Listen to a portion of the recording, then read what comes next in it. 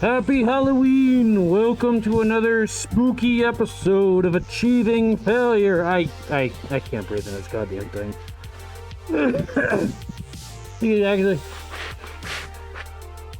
this is what I'm dealing with. I can't do anything. I can't breathe. All right, this is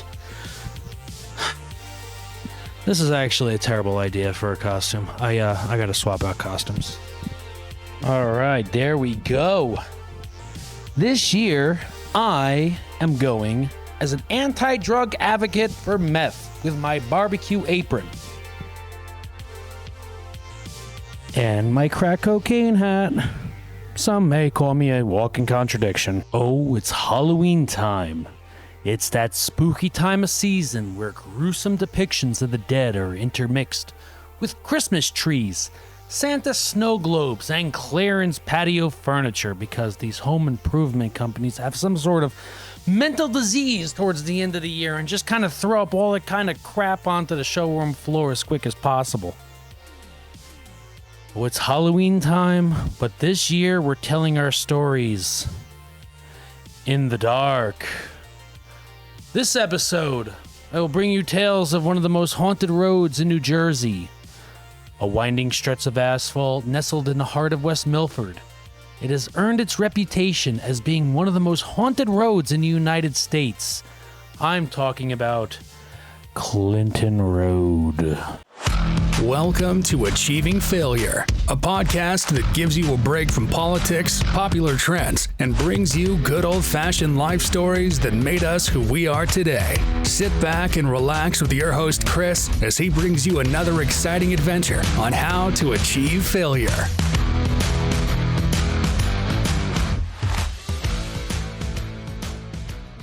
Oh, Halloween time. It's that time of year where kids dress up as their favorite costume characters that'll probably get them canceled in 10 years and go out and harass the local neighbors by banging on their doors consistently till the door swings open or the kids tire from boredom and just move on to the next house.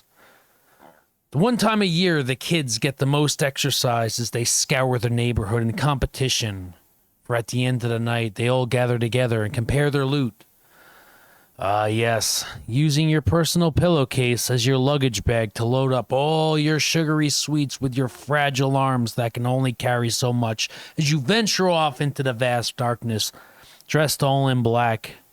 Maybe just with a glow stick that your parents gave you as protection, because that will deter speeding cars from hitting you. Let us not forget the absolute hysteria of being that one kid ever that found a razor blade that was snuck into his Snickers bar with such precision, or maybe that hypodermic needle candy apple trick.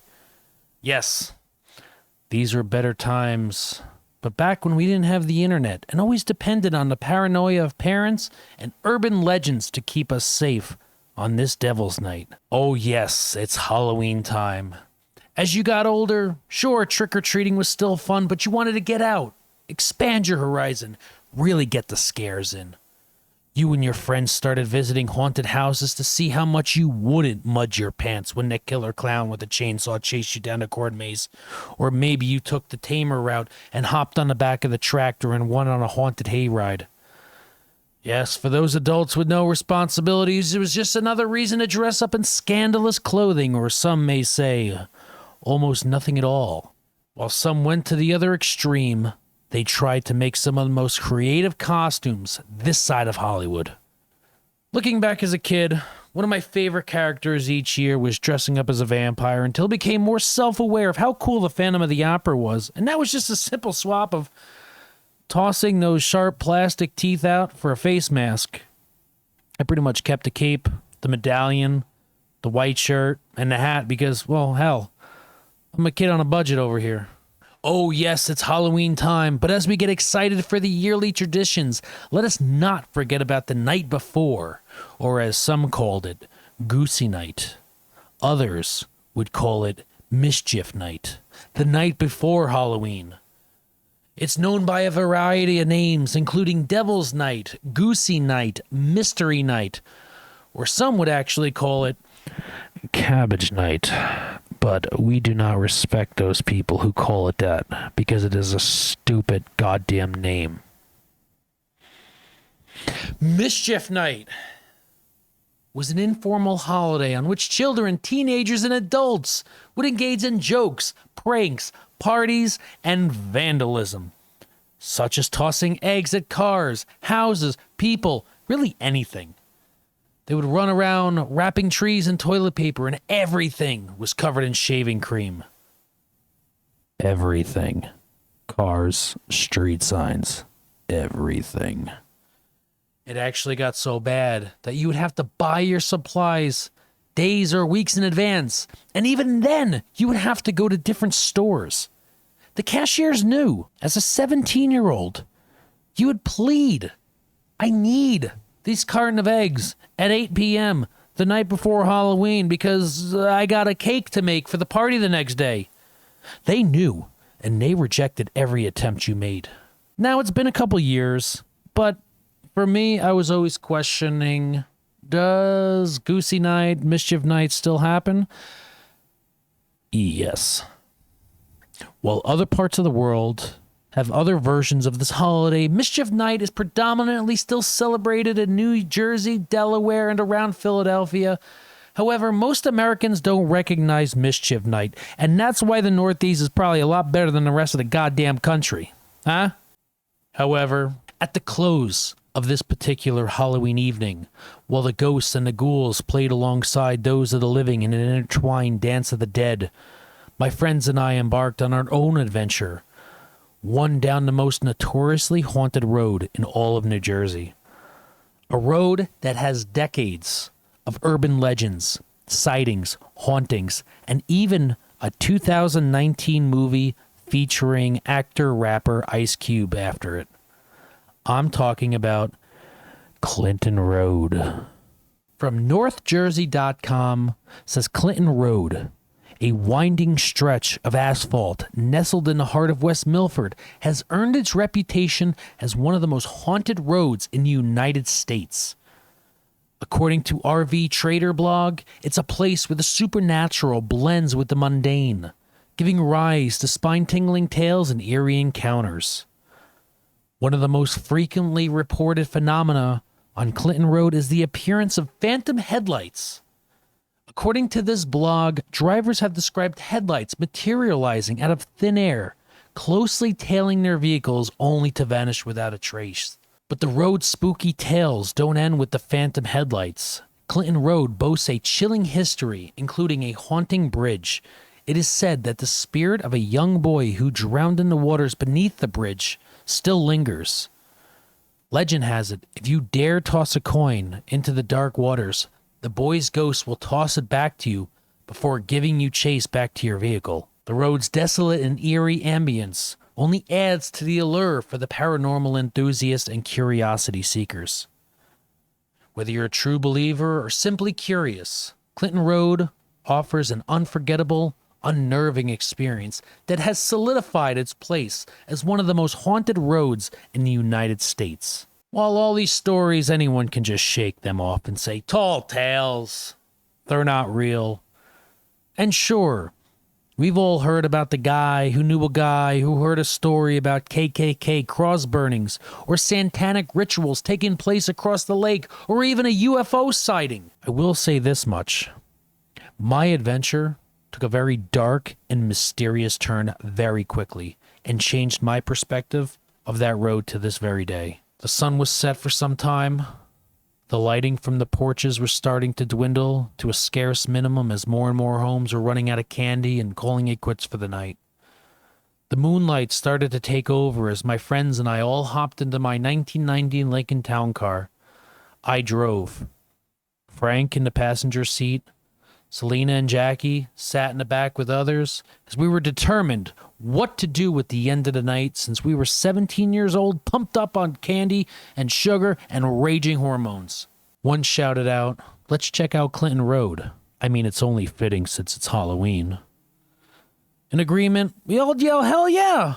and then tore off into the night, headed for this road filled with potential mysteries and awaiting horror.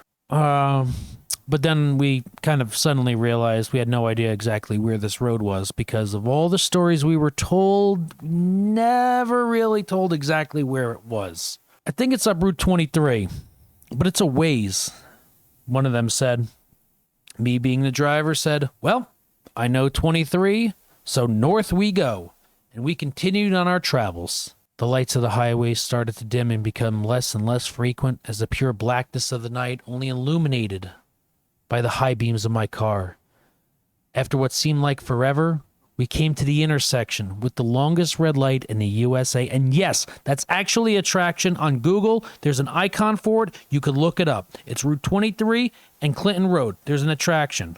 Swear to God, I found that when I was writing this. It's funny as hell. As we came to the intersection, we made the right-hand turn as we all became excited and nervous with anticipation of what may come. I didn't realize how darkness can actually be until we turned down that road. It was like a line was made where all things died, as what was colored trees of red, yellow, and orange suddenly turned barren, and the branches were nothing more than twisted fingers covering what was left of the bleak moonlight. The road paved, yet filled with cracks, filled the twisted and blinded hills as we rounded the bends at high speeds. More or less just kind of get the girls all worked up with fear as the boys laughed. We drove for what felt like forever. I glanced down and looked at the time on my cell phone and noticed zero phone reception. Like nothing. Not even a bar. This suddenly felt like no man's land. And if anything was to happen, it's a long walk back to the main highway. I started to throttle my speeds out of precaution, but no sooner as I did, I came across one of those houses on the road, and when I mean for miles, there was nothing, and then this house. We crept past this house slowly to check it out because something just felt odd. It felt off. Because the only source of light were several candles lighting up the windows. Unanimously, we all felt this uneasy feeling as if we were being watched. But not from the house, but more from across the street, across from the house. Almost like someone or something was watching us as we drove past. We continued our drive, uneventful, as we expected this road to continue into the next town, but unbeknownst to us, the road went from cracked and weathered pavement to sudden dirt and large rocks that would for sure destroy the undercarriage of my car if I proceeded. It was almost like the two towns suddenly stopped, and this was a dead end with no way to continue. This is odd, I said out loud. I said, I'm just going to turn around because I have no idea how much further this road goes. I have no cell phone service. And honestly, for a public road, this doesn't feel right. And I've heard stories of this road being barricaded and people getting robbed. So let's get out of here as it's already kind of past midnight. As we all agreed, I flipped a U-turn and headed back the way we came, still unable to shake that feeling of some kind of presence that seemed to loom over this car. We drove past a creepy house, and just as no pun intended, we were almost out of the woods. Suddenly, this floodlight not only filled my rear mirror, but the entire car. The only reaction I was able to muster up is, what the hell is that? Where the hell did that come from? We never passed, nor saw anyone this entire time. I did the only smart thing a 17-year-old would do in a tank of a car with a 5.0 liter V8. I put that pedal to the floor and I tried to escape. Whoever or whatever was behind me was not so kind as he kept chase and followed us. And I mean almost kissing bumpers close. The girls in the back are screaming and freaking out. I'm trying to shade my eyes as to try to navigate. Frank is trying to look back and get an idea of what kind of definition of something, what kind of entity that's chasing after us, updating me on how fast I need to be driving. But the answer was never slow down. As we entered the end of Clinton Road, the intersection came close and the headlights started to fall back. I hung a sharp right on the highway and quickly pulled into the gas station on the other side. We all got out of the car to catch our breath and recuperate over what the hell just happened. From my knees to my elbows, I was jittering like a skeleton in a snowstorm looking for his overcoat from all the adrenaline. We all stood there staring into each other's eyes as the fear turned to laughter. It was over. We have our own ghost story to share about Clinton Road. But just as the laughter was a welcome change to the situation, we heard this engine revving. And as I turned my head, I saw something that turned me white. Oh shit. There it was. At the end of the intersection, waiting for the green light, was the truck that was chasing us. The truck was a faded brown in color, spots of rust from the snow and salt it's seen over the decades. Lights bright, with the light rack to complement it. I said, oh shit. Shit. Get in the car. As soon as I said my first shit, they spotted us and broke traction on those tires and started heading our way. I yelled, what the hell does this guy want? But I was not in the market to find out. We all dove through the open car windows, firing up the car, because in this story, my car actually works and doesn't have to be stalled out 17 times. And we hopped on 23 and we headed south just as he entered the parking lot right behind us. And once again, the chase began. My friend Selena mentioned, maybe it's not us. My heart rate back up to triple digits, yelling back, oh? Then why as I weave in and out of cars on the road does this guy keep trying to chase and running me off the road? It's one thing to be chased by a poltergeist or some sort of being from another realm, because at least then you could cure it with a couple Hail Marys and some water.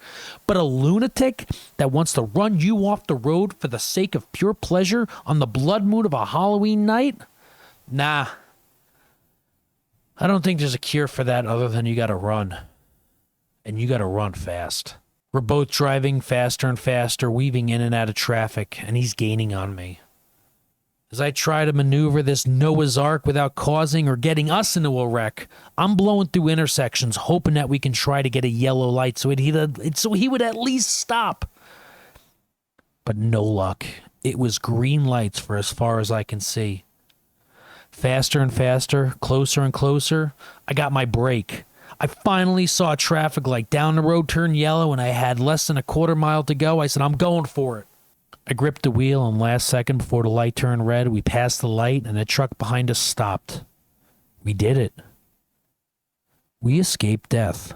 I didn't stop to celebrate this time. I kept driving as if the devil was on my back, and I kept driving till 2 towns over, and I swapped my major highways before I called the coast clear. Clinton Road was definitely an experience that will forever stay with me, and I can almost say that yes, this road has some kind of force, because that was not a normal experience. It's almost like we brought evil out of the woods that night. Or maybe it was just the fact that we had a carton of eggs, we were bored, and we were unruly teenagers, and we were just kind of driving around, pegging more or less anybody and everybody with eggs as we kind of drove around, and that particular truck might have been it. And with that, thank you for joining me for this week's episode of Achieving Failure. Please give this video a like and subscribe for my YouTube followers, and those audio streamers, please give me a follow. Everybody says it, you've heard it before, but it's a simple gesture from you, but it means the world to us. Thank you, have a safe Halloween, and don't go eating those razor blade candy bars. Good night. Thanks for listening to this week's episode. For more info, find us on Facebook and Instagram. And if you have a story you'd love to share, shoot us an email at aflvpodcast@gmail.com. That's AF, Achieving Failure, LV, Las Vegas, podcast@gmail.com. Thanks again, and we'll see you all next time.